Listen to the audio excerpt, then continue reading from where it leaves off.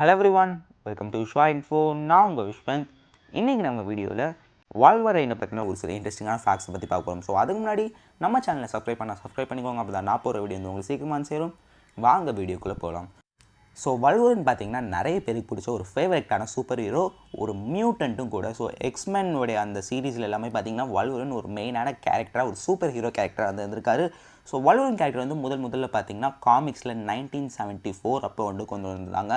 So நான் இன்றைக்கி வல்வரனை பற்றி சொல்ல போகிற முதலாவது அந்த ஃபேக்டர் வந்து என்னென்னு பார்த்தீங்கன்னா, வல்வரனுக்கு வந்து கையில் கிளாஸ் எல்லாமே இருந்தாலும் அவருடைய ஒன் ஆஃப் த மெயின் பவராக இருக்கிறது ரீஜெனரேஷன். அதாவது என்ன தான் வந்து ஒரு உடம்புல வந்து காயங்கள் ஏற்பட்டாலும் அது உடனே வந்து டக்குன்னு இன்ஸ்டண்ட்டாக வந்து ஹீல் ஆகும். ஸோ அது வந்து எவ்வளோ பவர்ஃபுல்லுன்னு பார்த்தீங்கன்னா, ஒரு டார்க் ஃபீனிக்ஸ் வந்து கிட்டத்தட்ட வந்து வல்வரனை எரிச்சாலும் வந்து வல்வரனுக்கு அது ரொம்பவே ஃபாஸ்ட்டாக ரீஜெனரேட் ஆகுமா.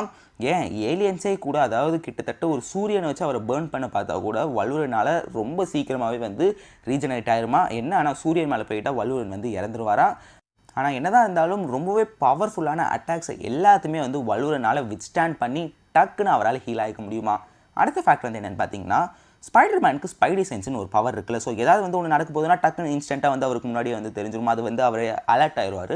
ஸோ ஸ்பைடர்மேன் வந்து ஸ்பைடர் பேஸ் பண்ணியிருந்த கேரக்டர். ஸோ வல்வரனும் பார்த்திங்கன்னா கிட்டத்தட்ட ஒரு அனிமல் பேஸ்டான ஒரு கேரக்டர் தான். ஸோ வல்வரனுக்கும் அந்த மாதிரி ஸ்பைடி சென்ஸ் மாதிரி ஒரு கிட்டத்தட்ட பவர் இருக்குது. ஆனால் அந்தளவு, அதாவது ஸ்பைடி சென்ஸ் அளவுக்கு கிடையாது. இருந்தாலும் வந்து வல்வரனுக்கு வந்து ஒரு ஸ்மெல், அதாவது அவருக்கு ரொம்பவே ஸ்மெல், அந்த சென்ஸ் வந்து ரொம்பவே அதிக அளவில் இருக்குமா. ஸோ ஏதாவது வந்து அவர் வாசனையை வச்சே வந்து அது யாரோடது எல்லாமே வந்து அவர் ரொம்ப தெளிவாக கண்டுபிடிச்சிருவாராம். ஸோ ஏதாவது வந்து ஒரு சவுண்ட் வேவ்ஸ் வந்து இருந்துச்சுன்னா அது ஈஸியாக ரெகக்னைஸ் பண்ணியிருப்பாராம். ஸோ அதாவது அனிமல் பவர்ஸ் தான். டாகுக்கு எப்படி மனுஷங்களோட ஃப்ரீக்வன்சி, அதாவது அதிகமாக அளவில் ஃப்ரீக்வன்சி இருக்கிறது கூட அவங்களுக்கு தெளிவாக கேட்குமோ, அதே மாதிரி வல்வரனுக்கும் அதே கேப்பபிலிட்டி இருக்கான். அடுத்த ஃபேக்ட் வந்து என்னென்னு பார்த்தீங்கன்னா, நான் ஆல்ரெடி சொல்லியிருந்த மாதிரி வல்வரனை யாராலையுமே வந்து சாவடிக்க முடியாது. ஏன்னா அவருக்கு அந்த அளவுக்கு ஹீலிங் எபிலிட்டிஸ் வந்து இருக்குது. ஸோ அவர் எரிக்க பார்த்தாலும் என்ன இருந்தாலும் அவருக்கு வந்து டக்குன்னு வந்து ஹீல் ஆயிரும். அவர் ஹெட்ஷாட்டே வந்து கொடுத்தாலும் வந்து வல்வரனுக்கு வந்து அது ஹீல் ஆயிரும்.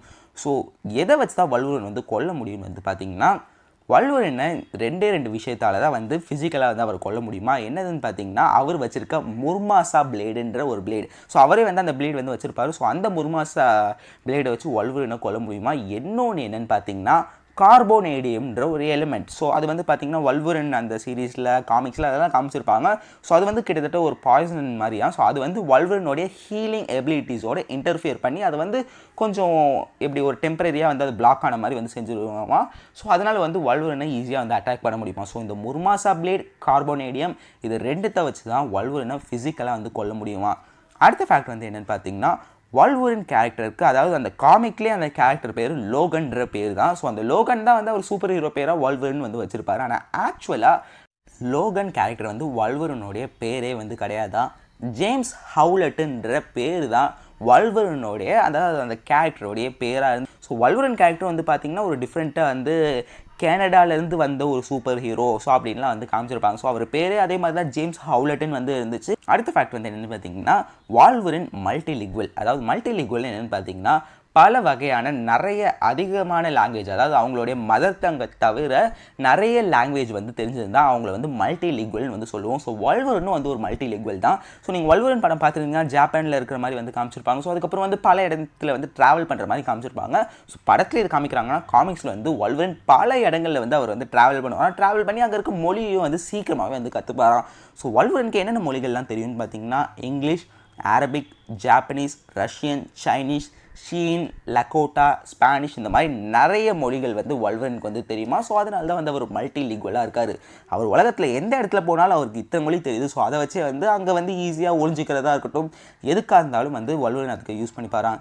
அடுத்த ஃபேக்ட் வந்து என்னென்னு பார்த்தீங்கன்னா, வல்வரன் படத்தில் சேபர் டூத்துன்ற ஒரு கேரக்டர் காமிச்சிருப்பாங்க. ஸோ அந்த கேரக்டர் வந்து வல்வரனுடைய பிரதர்ன்ற வந்து மூவிஸில் காமிச்சிருப்பாங்க. ஆக்சுவலி காமிக் படி பார்த்தீங்கன்னா சேபர் டூத் கேரக்டர் வந்து வல்வரனுடைய அப்பாவை வந்து காமிக்ஸில் காமிச்சிருப்பாங்களா. ஆனால் மூவிஸில் வந்து ஒரு பிரதர் கேரக்டராக, ஏன்னா எப்படி இருந்தாலும் வந்து வல்வரன் வந்து சேபர் டூத்தை கொண்டுருவார். ஸோ அதனால் வந்து ஒரு பிரதர் கேரக்டராக இருந்தால் அவங்க நல்லா இருக்கும்னு வந்து மேபி நினச்சனால மூவிஸில் வந்து சேபர் டூத் கேரக்டர் வந்து ஒரு பிரதர் கேரக்டராக கொண்டு வந்திருந்தாங்களாம்.